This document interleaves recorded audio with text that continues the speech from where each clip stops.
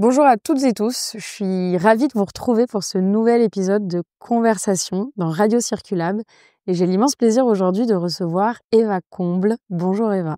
Bonjour Justine. Comment ça va aujourd'hui? Très bien, je suis ravie d'être là. On est donc le 31 mars 2025, il fait grand soleil à Paris et c'est sûrement parce qu'Eva est gentiment venue de Marseille nous ramener le soleil par ici. Eva, toi et moi, on s'est rencontrés il y a 2 ans maintenant. À l'occasion du palmarès Giverny Le Point qui avait identifié 50 jeunes leaders engagés de moins de 40 ans dans la transformation écologique et sociale. Et on avait fait connaissance. Il y avait également Célia Renson qui était là à cette occasion, avec qui tu collabores et avec qui vous avez notamment sorti une tribune récemment sur le réemploi. On va avoir l'occasion d'en parler. Et Eva Comble, en plus de faire partie des jeunes leaders engagés de moins de 40 ans, tu es chef de projet réemploi chez EDF et c'est surtout de ça dont on va parler aujourd'hui. Est-ce que pour commencer, tu voudrais bien nous dire qui tu es et revenir sur ton parcours? Oui, volontiers. Je n'ai plus 40 ans, j'en ai 42 maintenant. J'étais pile à l'heure. Comme tu as dit, je suis marseillaise, maman de 2 enfants, ingénieure et je travaille chez EDF depuis presque 18 ans maintenant. C'est vraiment la seule entreprise que j'ai connue et que j'ai intégrée tout de suite après mon diplôme d'ingénieur.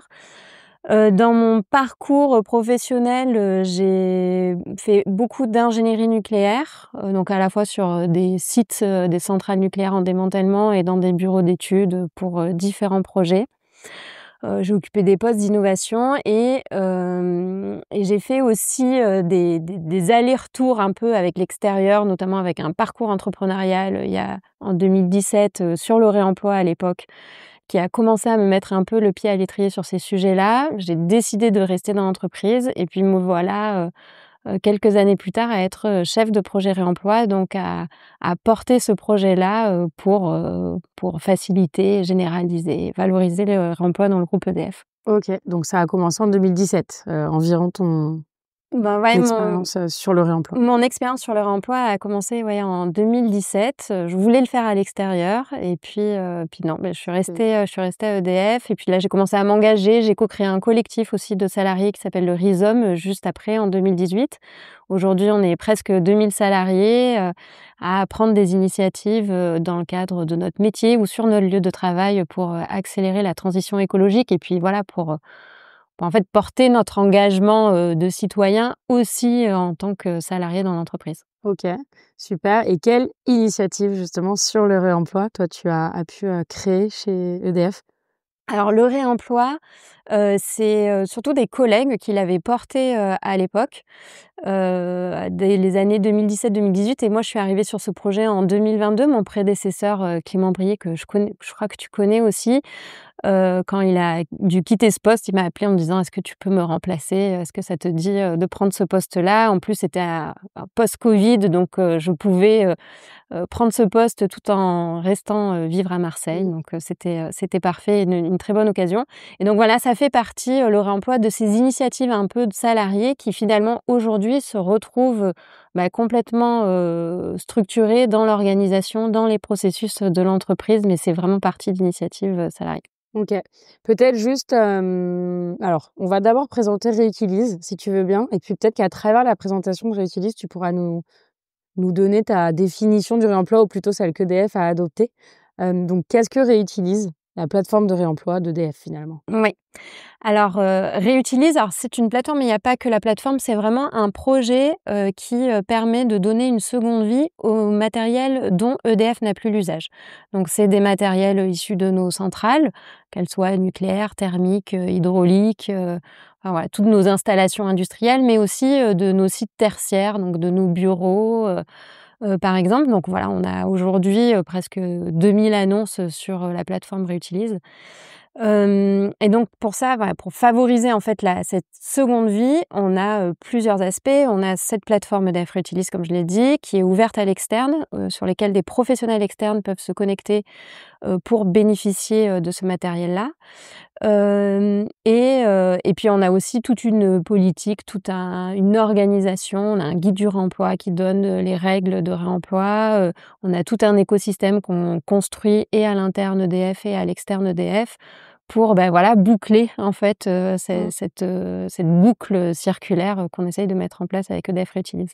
Et c'est des produits qui sont issus de la déconstruction ou de déménagement ou de réhabilitation, ou est-ce que tu vas avoir aussi des choses qui sont pas utilisées, tu vois, des surplus de stock ou des choses comme ça?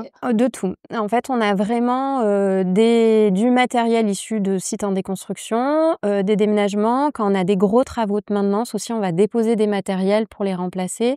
On a des magasins aussi, nos magasins de pièces de rechange avec des pièces de rechange qui sont plus utilisées sur nos industries, et donc du coup qu'on va proposer à l'externe. Les fournisseurs peuvent par exemple racheter leur matériel. Donc ou des PME, on va donner à des écoles, à des centres de formation aussi, donc les centres de formation en fait qui forment nos futurs, salariés ou salariés de nos partenaires industriels qui vont travailler sur nos centrales.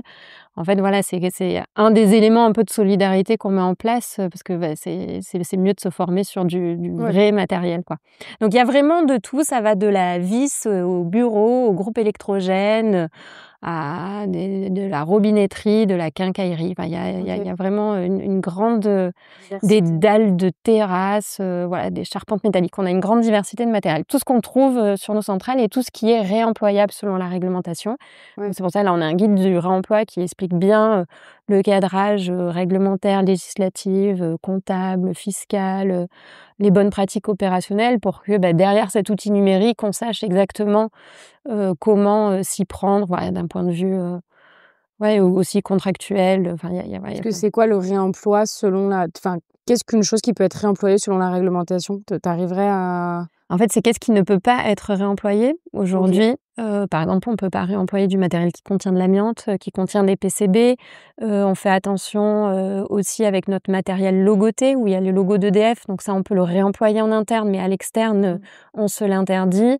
Alors après, on travaille par exemple avec des ESAT qui vont délogoter nos vêtements de travail, nous remettre la preuve que ça a été délogoté. Et puis, comme ça, les vêtements de travail peuvent repartir dans le circuit et retrouver une seconde vie à l'extérieur de l'entreprise.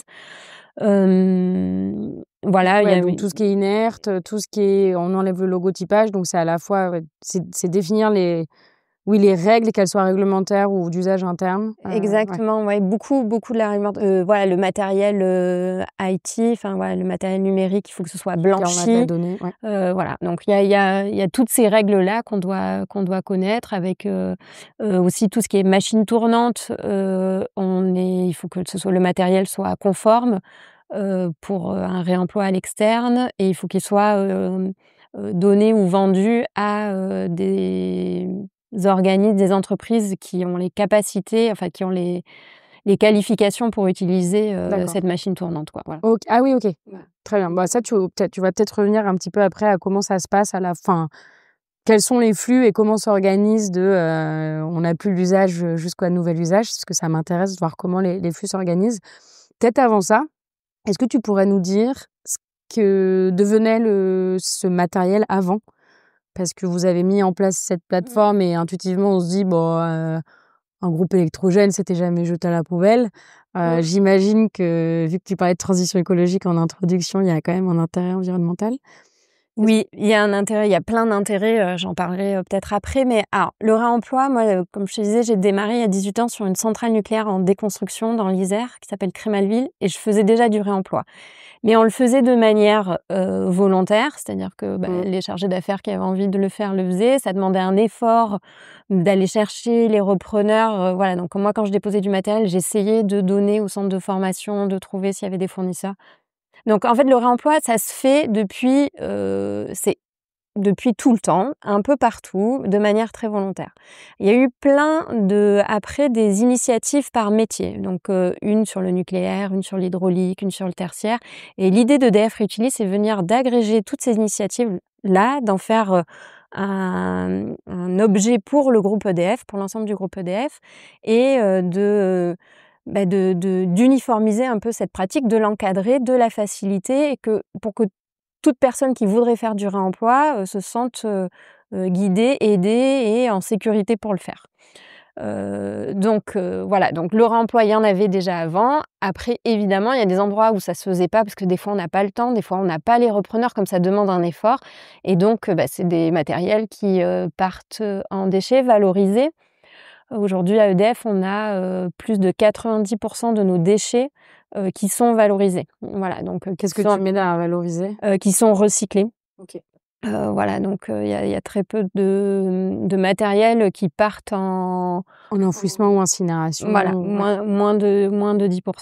OK, mais c'était le recyclage et là, l'intérêt, c'est de rajouter des boucles avant qu'on parte, Exactement. Sauf que la problématique, qu'il y a, c'est de se dire, le matériel en fait, les filières de recyclage, elles existent et elles peuvent venir, absorber, un flux et on peut, le prévoir. Alors que le réemploi, aujourd'hui, comme c'est encore en train de se structurer, il y a quand même une question de momentum, quoi. C'est-à-dire que le matériel, il est disponible à un instant, enfin, je veux dire, on va le déposer, on va pouvoir peut-être le stocker pendant, X mois, sur, la centrale, mais il y a un moment où il faut que ça sorte, quoi. Ouais. On peut pas le garder. Donc il y a un peu ce matching entre disponibilité du matériel et trouver les repreneurs qui est, voilà, qui est à trouver et c'est passionnant parce que moi ça fait 3 ans et demi que je fais ce poste-là et je vois en 3 ans et demi à quel point ça se structure, à quel point il y a des acteurs qui apparaissent, pour faire du réemploi, par filière et donc voilà, c'est passionnant de voir un petit peu, tout cet écosystème se Construire. construire et à l'interne EDF et à l'externe EDF. Et c'est intéressant ce que tu évoques, c'est un flux qui est beaucoup plus tendu, où on a des temporalités qui sont pas du tout les mêmes, même, par rapport au recyclage. Donc l'intérêt de ces plateformes, c'est à la fois de gagner du temps en efficacité et on est obligé de travailler aussi la demande, parce qu'on peut pas juste, optimiser, aider, les personnes qui ont ces pièces, à revendre ou à redonner, à les mettre, à disposition. Mais c'est aussi faire en sorte que les repreneurs, comme tu les appelles, identifient, savent que c'est possible et les rassurer, sur, la conformité ou tout ça. Exactement et c'est vraiment cette problématique-là, enfin voilà, c'est cette boucle, hein, en fait, c'est vraiment une boucle, hein, c'est comment on passe de l'économie linéaire à l'économie circulaire. On a passé pas mal les premiers instants du projet, Réutilise. On était vraiment sur, il faut qu'on ait une offre un peu étoffée. Donc là, aujourd'hui, on a, plus de 2 000 annonces, c'est, plusieurs milliers de matériels, j'ai plus en tête, mais on n'est pas loin de peut-être 50 000 matériels, parce qu'une annonce peut couvrir plusieurs objets. OK. Mais donc ça, on arrive et après, il faut faire venir les repreneurs, en fait. Et on peut pas les faire venir trop tôt si l'offre elle est pas là, parce qu'on va créer une déception. Et donc et aussi, c'est plus facile, en fait, de dire: «Je vais donner une seconde vie au lieu de jeter», plutôt que de dire: «Je vais acheter de l'occasion», plutôt que d'acheter du neuf. Parce qu'en fait, c'est très facile d'acheter du neuf. Et là où on a une chance, depuis, je dirais, surtout depuis 2022-2023, c'est que les marchés d'approvisionnement se tendent, aussi bien en termes de coûts, c'est-à-dire qu'il y a une grosse inflation et en termes de délai. Le réemploi, c'est quand même, pour un industriel comme nous, un moyen d'avoir une pièce, tout de suite et à un coût, nul si c'est de l'interne EDF ou réduit si on s'approvisionne à l'extérieur. Donc il y a un peu, voilà, ce contexte, géopolitique qui n'a pas l'air enfin qui a priori, ne va pas s'arranger dans les années, Ouais, non, c'est mal à parti. venir. Donc voilà, il y a vraiment cet intérêt, économique et c'est ça qui est intéressant avec le réemploi parce qu'on peut se dire au début, «Oui, on fait ça parce qu'on veut préserver les ressources» et c'est vrai, on évite la fabrication d'un matériel neuf, on évite, du coup, l'utilisation de ressources en matières premières, en énergie, en eau, on évite des émissions de CO2, tout ça, on le mesure et c'est vraiment, l'intention première. Mais en fait, il y a des coûts-bénéfices énormes, des bénéfices économiques. Quand on réemploie du matériel en interne, c'est un matériel qu'on va pas acheter, donc c'est des achats neufs évités. Quand on fait de la vente de matériel, c'est des recettes de vente. Ouais. Même quand on fait du don, selon les organismes auxquels on fait du don, on peut récupérer des réductions Des d'impôts. réductions d'impôts. Ouais, donc même le Même don, il est fiscalement. avantageux, quoi. Alors c'est pas ça qu'on fait. Vraiment le don, on le fait pour des questions d'ancrage territorial, et d'ancrage de filières aussi. On a des filières métiers très tendues en termes de recrutement, donc on a vraiment intérêt, enfin il y a plein de centres de formation, de plateaux techniques qui se construisent dans nos métiers et en fait nous, on a vraiment intérêt à ce que ces formations soient les meilleures possibles pour avoir, Ouais. les meilleurs professionnels après, sur nos installations. Et puis voilà, cet aspect résilience, de se dire, des fois la pièce elle pèse pas très lourd, elle coûte pas très cher, mais en fait, si je l'ai pas, mon installation elle peut pas redémarrer, quoi. Ouais. Et donc elle peut pas produire d'électricité. Mmh. Et des fois, ça va être une carte contrôle-commande à 300 € qui doit peser, quelques centaines de grammes. Il y a 2 semaines, il manquait 5 mètres de câble, sur une de nos centrales et ça a bloqué. On essaye de trouver, voilà. Donc il y a quand même ce truc-là où on voit beaucoup les exploitants et les mainteneurs, ont voient de plus en plus l'intérêt de faire appel au réemploi. Parce que Ouais, même dans les opérations, quoi. Tu reviendras après, je pense, sur des chiffres en ce qui concerne les gains, les bénéfices économiques et environnementaux. Mais en tout cas, là, dans les opérations, c'est ça qui est intéressant, c'est que cette pièce, elle est là, elle est disponible, puis quelque part, elle a déjà été utilisée. D'ailleurs, ça, c'est peut-être ma question. Comment vous faites pour gérer la question des assurances? Je sais que sur le bâtiment, typiquement, c'est un des freins majeurs, c'est comment est-ce qu'on garantit tout simplement la pièce pour son nouvel usage. Alors, je parle pas des pièces qui auraient été des surplus de stock, donc qui n'ont pas été utilisées, mais vraiment ce qui a déjà été utilisé et issu de chantier de déconstruction. Est-ce que vous avez travaillé avec des assurances ou comment vous gérez ça? Alors quand c'est en interne, EDF en fait c'est, même propriétaire, donc en fait on reste couvert juridiquement, c'est la même entité, mais c'est quand même du réemploi parce qu'une pièce va partir, de notre centrale, nucléaire en démantèlement Fessenheim pour aller, approvisionner un barrage hydraulique, un truc qui se faisait jamais avant, par exemple, voilà. En l'externe, nous, il n'y a pas de garantie, enfin vraiment pas de garantie, pas d'assurance. On passe souvent sur du matériel, alors, sauf si c'est des dons à des associations, à des centres de formation. On dit bien que la pièce, elle est prise en état. Et pour ce qui est machines, c'est souvent les machines, les machines tournantes, par exemple, on passe par des intermédiaires qui, eux, en fait, vont venir requalifier et remettre sur le marché et endosser l'assurance, la garantie. Ou alors ça va être les fournisseurs qui vont nous appeler ou qui vont voir qu'on a du matériel qu'ils nous avaient vendu il y a X années et en fait qui rachètent leur matériel. Donc on est plutôt sur ce genre de modèle. Voilà. Donc soit un intermédiaire qui va garantir la qualité du neuf, enfin en tout cas remettre à niveau. Qui va repasser sur des bancs pour tester, voilà. Ou soit sinon donc le fournisseur qui rachète son matériel pour remanufacturing, etc. Exactement. Et donc ça veut dire qu'en termes de chaîne de logistique ou chaîne de valeur aujourd'hui, moi je suis chargée d'affaires ou je suis sur le site comme tu disais Fessenheim, j'ai à l'issue d'un démantèlement des pièces, je les renseigne sur la plateforme et ensuite le repreneur va les identifier. Et alors 2 questions, la première c'est à quel moment intervient cet intermédiaire notamment sur la garantie? Et là, ça en fait, c'est le repreneur, c'est l'intermédiaire qui va généralement se mettre sur la plateforme et qui va récupérer le matériel. Ah oui, OK. En fait, c'est plutôt comme ça que ça fonctionne pour aller sur l'utilisateur final.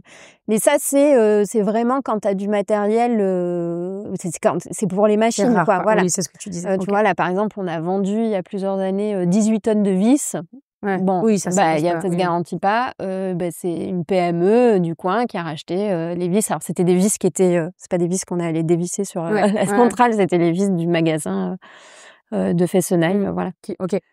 Et du coup, ma deuxième question, c'est comment le stockage, en fait, c'est sur le site de démantèlement jusqu'à ce qu'il y ait le repreneur, et c'est ce que tu évoquais. Si on appelle le repreneur à temps, c'est là où, du coup, ça ira. Exactement. C'est-à-dire que sur EDF Réutilise, on a une date de fin de disponibilité.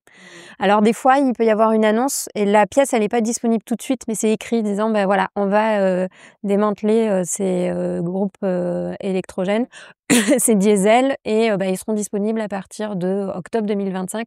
Donc, ça permet de faire toute cette recherche de repreneurs avant que le matériel soit démonté. Et puis, là, on commence à être pressé par le temps et il va falloir... Mais comme on a quand même beaucoup de centrales, beaucoup d'installations, on a la chance d'avoir ce foncier qui permet de garder quand même un peu de temps. C'est ce qui nous différencie du bâtiment où une fois que le chantier est fini, il faut vite partir. Enfin voilà, nous on est quand même des exploitants de sites industriels. Donc Ouais. on a du Ouais. foncier sur lequel on peut stocker un peu. Et est-ce qu'aujourd'hui Réutilise permet à d'autres exploitants ou acteurs de mettre leurs produits sur votre plateforme? Non. Non, non, vraiment, nous, on prend la responsabilité sur le matériel de propriété EDF. C'est vraiment, il y a un choix, de notre part. Par contre, on est, pas mal en lien avec, d'autres grands industriels, d'autres grandes entreprises, qui nous ressemblent, pour faire du partage d'expérience, pour, voilà, voir, comment on fait l'accompagnement du changement, ces questions juridiques, et des fois, quand on a des annonces qui, c'est des entreprises qui peuvent avoir aussi, leur plateforme. Ouais. Donc comme on se connaît, on peut se passer aussi les annonces: «Ah tiens, j'ai ça, est-ce que ça D'accord, ouais. t'intéresserait pas?» Et notre grand rêve, à beaucoup d'entre nous, ce serait, demain qu'on ait une solution technique qui viendrait foisonner nos offres, pour que, des repreneurs, plus petits, puissent, en fait, se connecter à un seul endroit et dire: Ah «Ah oui. ben tiens, il y a ce Tu matériel veux de dire chez avoir un EDF». seul lieu où il y a tout? Tout en gardant, nos propres lieux, mais quelque chose de, ouais, d'essayer de foisonner. Alors c'est Oui, oui. en Ouais. discussion, mais voilà, on aimerait bien, Oui, ce ça, qui n'empêcherait pas que chacun soit propriétaire de ses flux, mais en tout cas avoir une interface sur laquelle je peux tout trouver, c'est ça que tu évoques? pour les Où les repreneurs flux se externes, je croisent? pense Ouais. que c'est plus facile, Ouais, je suis voilà. d'accord. OK. Que multiplier les plateformes, quoi. Enfin, Exactement. on le voit bien nous en tant que consommateurs, c'est-à-dire que je cherche un canapé, devoir aller sur Leboncoin, sur Give, sur et cetera, ça bloque un peu le passage à l'action. Faut être vraiment très motivé, quoi, Et voilà, comme je te disais, l'écosystème, il est vraiment en train de se construire. de se construire. C'est passionnant à observer et du coup à Ouais. participer parce qu'il y a des choses on aurait pu, imaginer, puis finalement ça se déroule pas tout à fait comme ça. Enfin voilà, il y a les sujets sont différents. Il y a eu un peu ce truc du CO2. Là maintenant, on est beaucoup plus sur les ressources depuis Ouais. quelques mois. Donc ce truc-là de se dire: «OK, en fait, on économise tant de ressources, mais de matériel fini». Et moi, là, ce que je me dis, en fait, c'est pas ça l'indicateur qu'on devrait monter, c'est combien de ressources brutes, en fait, on économise, quoi. Parce que ma pompe, que je vais réemployer, elle fait 500 kilogrammes, mais on sait très bien que c'est pas 500 kilogrammes de matière. L'empreinte matière. Et voilà, là, on sent que ça commence à aller un peu plus dans l'esprit, du Complètement. grand public sur ces sujets-là parce que ça parle, peut-être encore plus que, Bah, déjà, c'est des tangible, il y tonnes a de le CO2, CO2 quoi. Le tangible, tonne de ouais. CO2, ouais, voilà. Bah, et puis c'est un peu notre combat chez Circulab en ce moment, c'est l'empreinte matière Ouais. et que cet indicateur et on constate que c'est un indicateur qui est méconnu et qui n'est pas considéré et en fait, l'économie circulaire est souvent décorrélée alors qu'en fait, la base, c'est celle-ci. C'est la ressource, ouais. Exactement. Et donc ça fait le lien parfait avec, peut-être ces indicateurs, quantitatifs. Enfin, est-ce que tu as des chiffres qui démontrent l'intérêt de Réutilise et du réemploi plus largement? Et du coup, peut-être que ces chiffres viennent, illustrer les grands avantages du réemploi pour EDF. Ouais. Alors, par exemple, sur l'année 2024, qui est, donc l'année dernière, sur une année, on a eu un peu plus de 500 transactions et ça représente 22 000 et quelques objets, qui ont trouvé une seconde vie.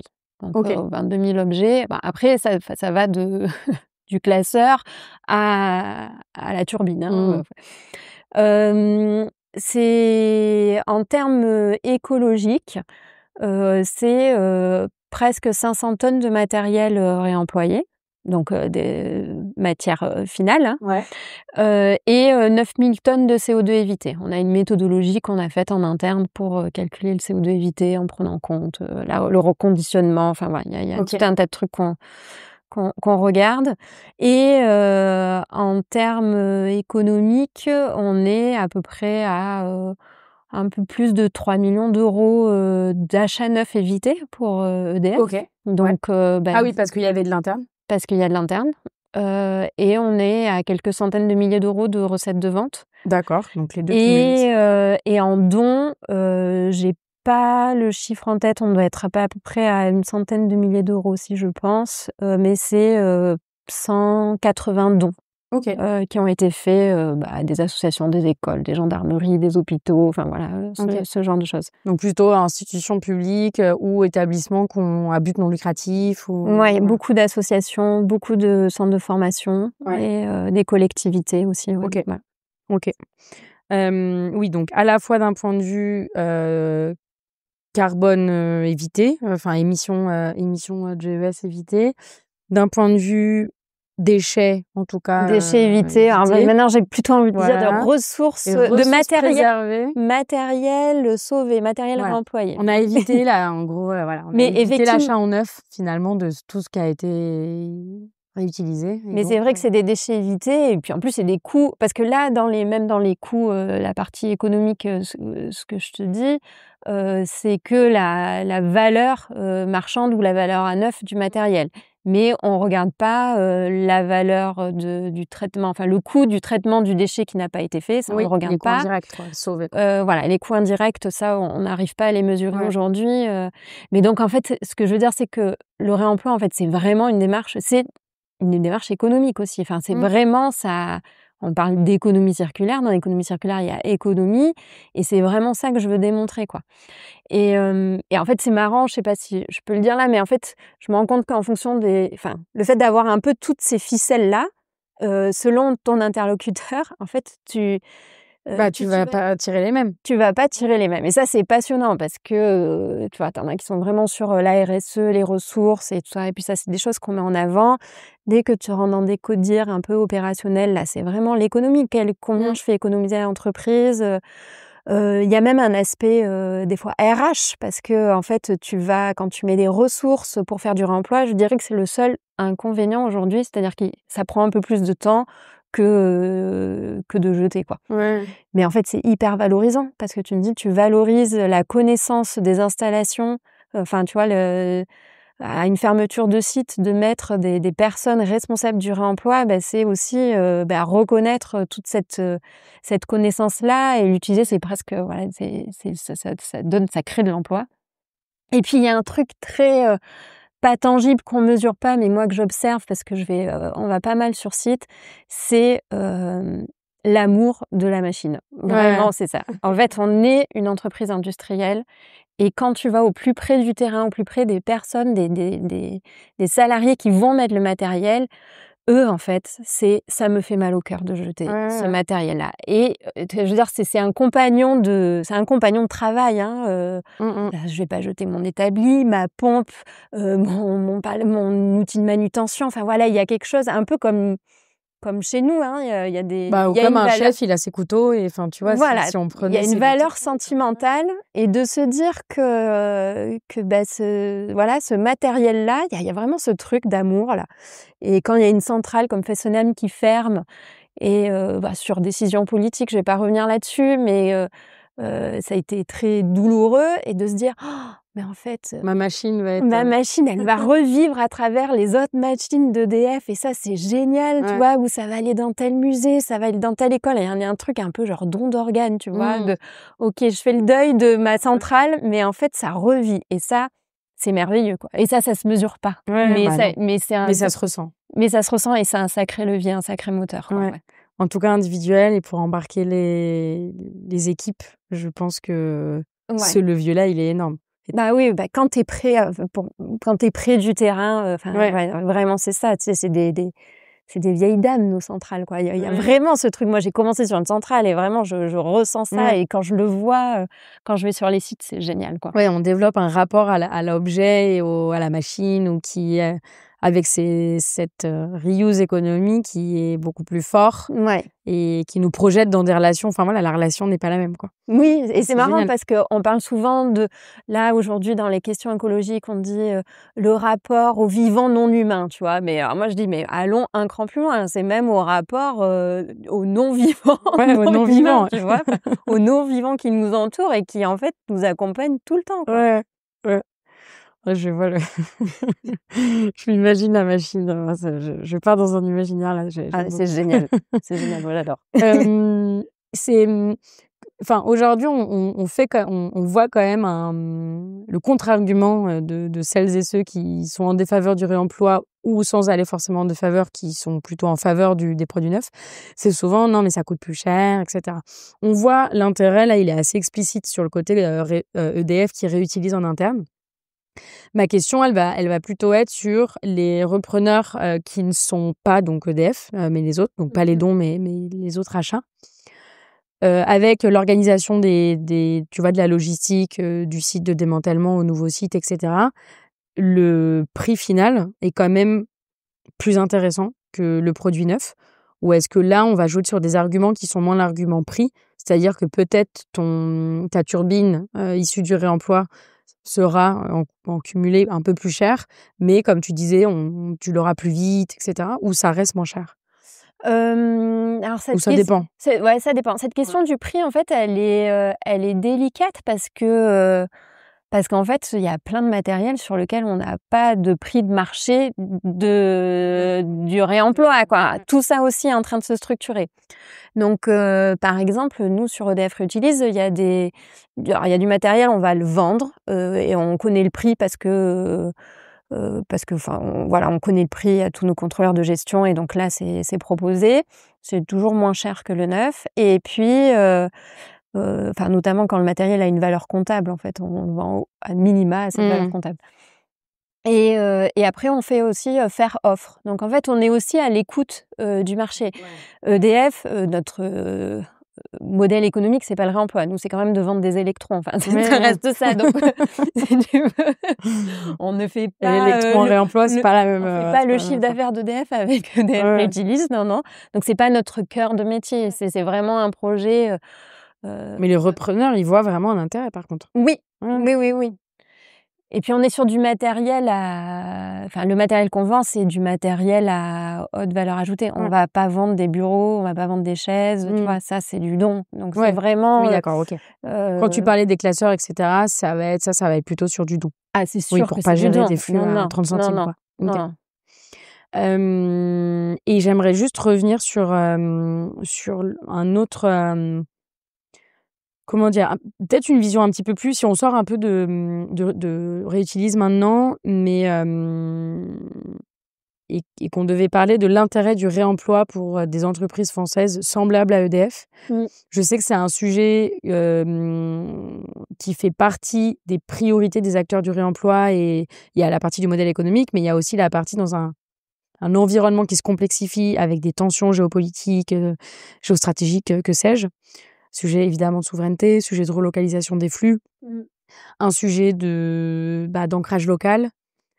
Tout ça, quels sont ces autres intérêts que les écologiques et économiques directs que tu as évoqués? Toi, quels sont les autres que toi tu t'identifies comme les plus essentiels pour un acteur industriel comme EDF? C'est ce que je te disais, donc il y a vraiment cet aspect ancrage, enfin voilà, de ancrage et sur le territoire et sur nos filières. C'est-à-dire que si on a un acteur, je sais pas moi, de l'agroalimentaire, elle va aller créer un peu cette coopération parmi tous les acteurs de l'agroalimentaire avec du matériel d'agroalimentaire, tu vois. Enfin, voilà, nous on est plutôt sur l'aspect énergie, mais on a aussi plein de manutention. Donc voilà, il y a un peu ta filière.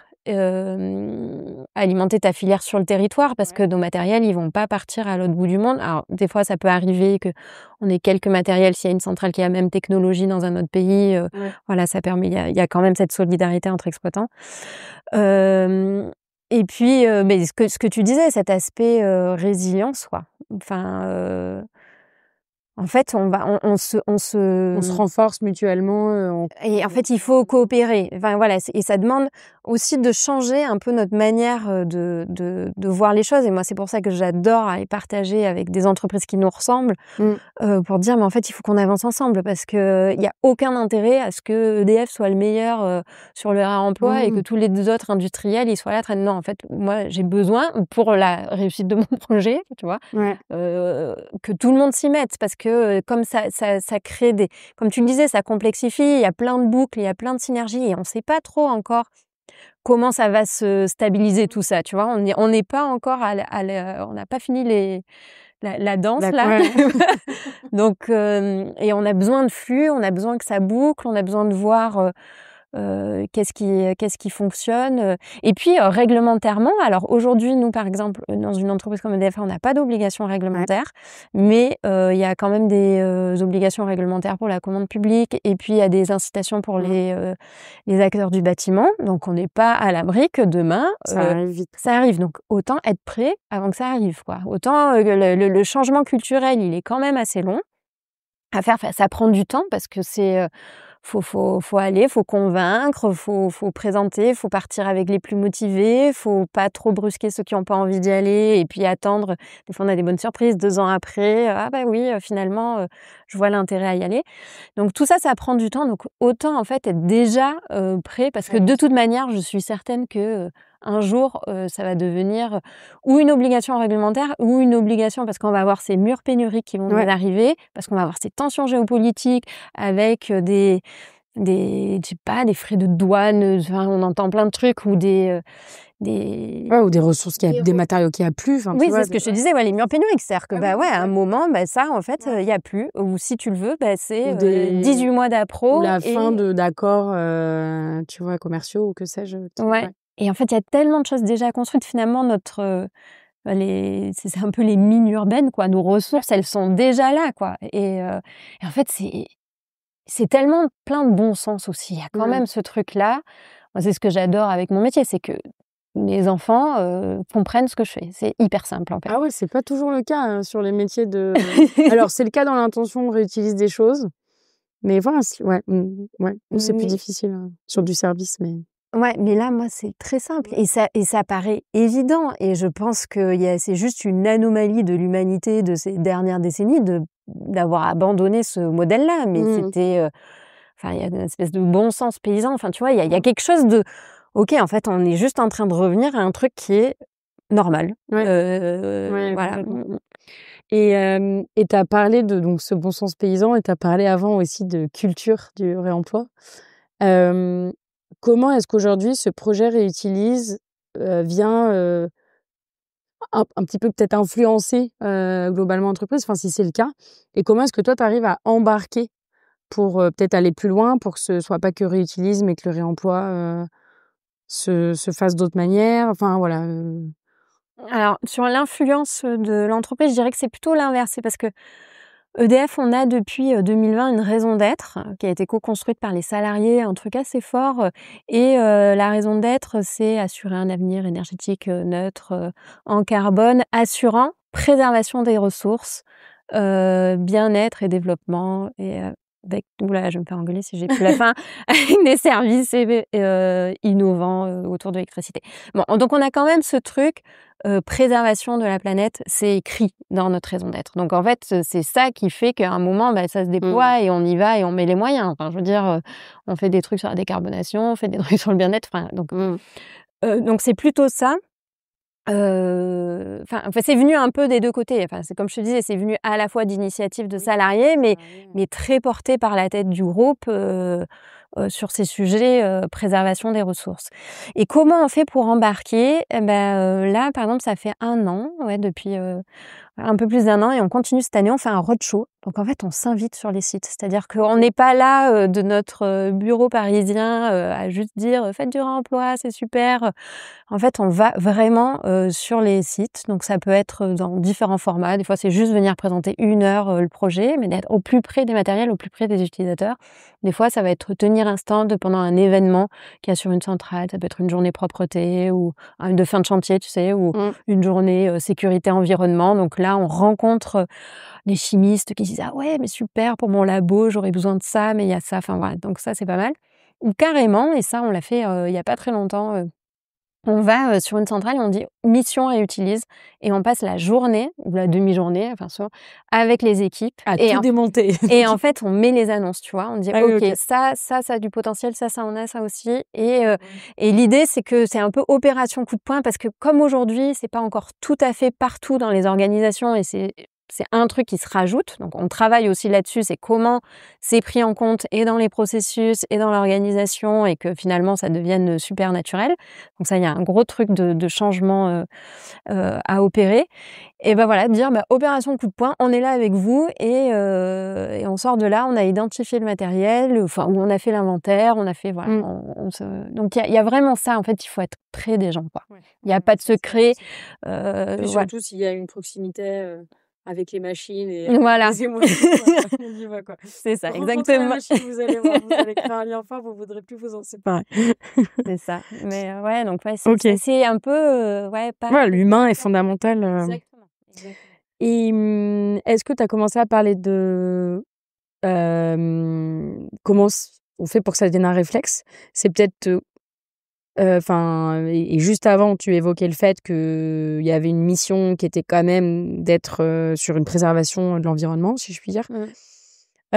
Typiquement côté des achats, le Ouais. réemploi, c'est un automatisme, c'est-à-dire que chez EDF, quand on est acheteur, on va d'abord regarder, ce qui est possible à faire en réemploi ou on n'en est pas encore là? On est en train de le construire. Alors effectivement, ça c'est un autre pan, c'est se dire, donc il y a tout ce qui est accompagnement du changement, convaincre les gens qu'il faut y aller, faire connaître. Et puis après, il y a comment on met en fait aux bons endroits dans l'organisation le réemploi pour qu'en fait ça devienne un passage obligatoire. Et donc il y a plusieurs endroits. Il y a par exemple tous les processus de déconstruction. Il y a tous les trucs de conception aussi, enfin voilà, les méthodes d'ingénierie. Et puis il y a les achats, avec lesquels on travaille main dans la main pour mettre on appelle ça des leviers contractuels dans nos achats pour favoriser le réemploi. En fait, nous, là, je parle encore sur la partie industrielle, hein, qui est quand même le gros du réemploi. C'est assez rare qu'on achète, nous, le matériel. En fait, on va passer des contrats avec des fournisseurs qui, eux, vont approvisionner. C'est-à-dire, donc il y a aussi ce truc de momentum, c'est-à-dire qu'un fournisseur va faire une offre, sauf que peut-être il va lancer les appros, je sais pas, 1 ou 2 ans après, parce qu'il aura fait toute une phase d'études avant. Eh ben, comment on fait pour qu'à ce moment-là, il y ait du réemploi? Et c'est pas prévisible, en fait. Donc voilà, il y a tout un tas de leviers contractuels. On commence à l'expérimenter sur certains contrats et vraiment tout l'objectif, c'est que ça se soit intégré dans nos processus d'achat. Et après, on a un autre processus d'achat sur l'approvisionnement où là, on va acheter en direct et on est en fait sur cette plateforme d'approvisionnement identifié comme un fournisseur. OK. Voilà, donc aussi voilà pour dire: «Ah, tu veux acheter une perceuse? Mais regarde s'il y a pas une perceuse sur EDF Réutilise». Voilà, donc on essaye de se mettre à ces endroits-là. OK. Oui, plutôt qu'aller sur le cas par cas et tu vois, chantier par chantier, faire remonter à un niveau achat, plus global, ça risque Exactement. fondamentalement. Se mettre dans les points de passage en fait Ouais, de tous nos processus et ça c'est important de le faire, quoi. OK. Et peut-être la dernière chose avant qu'on passe à nos questions de clôture, à la fois, prospective et peut-être rétrospective. Là, on a beaucoup parlé de l'écosystème EDF. Tu as aussi parlé du fait qu'il y avait cette, nécessité ou en tout cas plutôt ce souhait, ce rêve d'avoir, une interface mutuelle ou on ne sait pas encore comment, mais avec tous les industriels pour que ce soit plus facile pour les repreneurs. Et plus largement, ce qui est en train de se passer aussi dans le réemploi et la reuse économie plus largement, et tu as commencé à l'évoquer avec, l'alimentaire et l'agroalimentaire, c'est qu'il y a des ponts de plus en plus et on constate que c'est la nécessité que tout cet écosystème, que ce soit le réemploi des emballages, des voitures, des bureaux ou je sais pas, se collaborent et puis se fédèrent et cetera. Donc peut-être ma dernière question à ce sujet, c'est comment est-ce que toi ou qu'est-ce que tu fais pour porter ces sujets à l'extérieur et créer des liens avec d'autres filières? C'est en parler? C'est des conférences? Est-ce qu'il y a d'autres choses? Ben je viens en parler déjà sur ce Ouais. podcast. Non mais par exemple, donc on est en lien, donc il y a comme on fait un peu de veille, de benchmark et puis on est souvent mis en relation avec notre équivalent chez Orange, SNCF. Donc on s'est déjà rencontrés, mais on fait beaucoup de partage à 2. Ouais. Là, on va profiter, pardon, de la Reuse Economy Expo qui aura lieu fin mai. Le salon nous a mis à disposition une salle et là, donc, on essaye de se rassembler physiquement, tous pendant 2 heures, pour créer du lien, pour partager, voilà, donc il faut encore façonner cette Ouais. réunion-là. Mais vraiment, je pense que plus on va mettre en commun sur ces sujets-là, mieux on va avancer et plus on sera ouais, plus on va aider cet écosystème à maturer, en fait, parce qu'on en est là, hein, on est donc c'est du partage. C'est beaucoup ça, en fait, Ouais. c'est se mettre en lien, tu vois? C'est toujours en fait derrière les grands projets, c'est toujours des relations entre des hommes et des femmes et des personnes qui portent des sujets et Donc se rassembler, comme pour porter et embarquer tes équipes, ou les équipes, tu vas sur le terrain, là, c'est se retrouver, en parler et croiser les expériences, interfilières aussi, quoi. par exemple, l'exemple que je te donnais sur les achats, je veux dire, en fait, ça, peu importe dans quelle filière tu es, tu vois? Si tu as un modèle comme ça où tu passes par des fournisseurs qui approvisionnent, enfin, tu vois? Enfin, bah, en fait, que tu travailles dans l'énergie ou dans l'agroalimentaire ou dans le textile, ou tu vois? C'est la même chose donc si, tu vois? Si cette idée-là qu'on développe chez nous, elle pollinise et puis elle vient, se développer à d'autres endroits, mais en fait, c'est génial parce que du coup, tu structures tous les fournisseurs. Mmh. Enfin, tu vois? S'il y a un peu ce truc-là de quand tu es donneur d'ordre de rang Mmh. 1, comme on dit chez nous, et beh, enfin, je veux dire, tu veux que tes fournisses et il faut si tu veux transformer tout le panel de fournisseurs, en 2, tu vois? Et beh, Mmh. on a besoin de tous s'y mettre, quoi. Et puis c'est une nouvelle économie qu'on crée et cette nouvelle économie, bah, elle concerne tous les acteurs à tous les niveaux de la chaîne, donc d'où Exactement. l'intérêt de Et faire ensemble. donc essayons de tirer. Mais nous, comme on a la chance d'avoir ce projet, les moyens, l'ambition, bah, en fait, faut tirer tout le monde, quoi. Enfin, et puis faut y aller, Mmh. je dis vraiment ouais, coopérer, coopérer, coopérer, quoi. Ça me va de répéter ce mot toute la journée, je pense. Est-ce que tu as des choses que tu veux rajouter sur réutilise ou le réemploi chez EDF avant nos 2 questions, de clôture? Non, écoute, je pense qu'on a bien Mmh. balayé le Bien sujet, balayé hein, le sujet. ouais. Je te confirme, c'était très clair et très inspirant et c'est effectivement, nous, on rencontre de plus en plus d'acteurs de plus ou moins grande envergure, mais qui commencent à s'interroger ou parfois même à mettre en place des plateformes, de réemploi et donc à un moment se posera la question de quand chacun aura sa plateforme, comment on met tout ça en commun? Mais bref, ce sera peut-être le prochain épisode dans quelques années. Maintenant pour clôturer, il y a donc nos 2 questions habituelles. La première question, c'est qu'est-ce que tu dirais à la Eva que tu croisais, bah, il y a 17 ans, enfin peut-être à l'arrivée chez EDF? Si tu croisais, l'Eva de cette époque, quels seraient les conseils que tu lui donnerais? Alors déjà, je lui dirais, «Bravo ma chérie, tu as eu du flair de rentrer dans cette entreprise». Parce que j'avais vraiment quand je suis rentrée chez EDF, c'était vraiment l'idée du service public. Enfin, j'étais déjà assez engagée sur ces sujets. J'avais fait tous mes stages sur, des problèmes, sur des sujets écologiques ou dans le service public. J'avais fait un stage à SNCF aussi et là, de me dire: «Oh là, en fait, tu rentres dans une entreprise qui fait des électrons, quoi». Enfin, moi, Mmh. tous les jours, je me dis: «C'est complètement dingue». Donc ouais, je pense que déjà, je lui dirais, «Super». C'est pas mal pour commencer Ouais, ouais, parce ouais. que cette Eva-là s'apprête à passer quelques années, dans cette entreprise donc Exactement et puis, je lui dirais qu'en fait, il faut vraiment changer de regard et moi, c'était vraiment un processus de ces dernières années sur le monde de l'entreprise. Surtout moi qui ai voulu à un moment, quitter l'entreprise pour créer ma propre start-up sur le réemploi, pour finalement me rendre compte qu'on pouvait faire ça à l'intérieur de l'entreprise. Me dire: «Mais en fait, l'entreprise, c'est un super méga terrain de jeu, quoi». Mmh. Je veux dire, tu as de quoi expérimenter, proposer, les risques sont très, très faibles par rapport à être entrepreneur. Enfin, globalement, tu as le droit de te louper, tu auras quand même ton salaire à la fin Mmh. du mois. Enfin, je veux dire, tu te mets pas en difficulté, tu bénéficies de ressources, enfin, tu vois, D'équipe, de savoir-faire. d'équipes, de savoir-faire extraordinaires. Donc en fait, vraiment voilà, de sentir, ça, de se dire: «En fait, tu peux t'amuser dans l'entreprise» et c'est pas du tout alors on l'entend de moins en moins ce discours, mais moi quand j'étais un peu dans l'entrepreneuriat, c'est-à-dire: «Oh c'est la prison dorée, les chaînes et tout ça». Non, en fait, pas du tout. Tu es pas du tout enchaîné dans une grande entreprise. Ça dépend de lesquels, mais en C'est tout du moins cas voilà, c'est ce que ouais, j'allais dire, du moins, ouais, comme pas ch EDF, ouais. voilà. Oui, oui, je pense qu'il y a des endroits où il y a beaucoup de souffrance, mais en tout cas, nous, c'est pas le cas et puis, moi, dans mon parcours, j'ai beaucoup eu ces respirations, extérieur, intérieur. Donc j'ai eu cette expérience entrepreneuriale il y a 6 ans. Je me suis arrêtée de travailler pendant 6 mois pour faire un voyage zéro carbone avec mes filles. On a fait un tour des écolieux. Ça m'a vachement nourrie sur ces sujets-là et donc en fait, de se dire que la vie professionnelle, elle est longue et ne pas hésiter en fait à aller voir dehors, pas pour quitter, mais pour revenir avec une autre énergie, un autre angle de vue, plus d'espace Mmh. d'action. Voilà, donc ça, c'est vraiment, vraiment important, quoi. Donc Pas mal. voilà. C'est des bons conseils. Et maintenant, la question, c'est la question pour voir dans le futur. Mmh. Projetons-nous dans disons 15 ans. Donc, on est en 2040.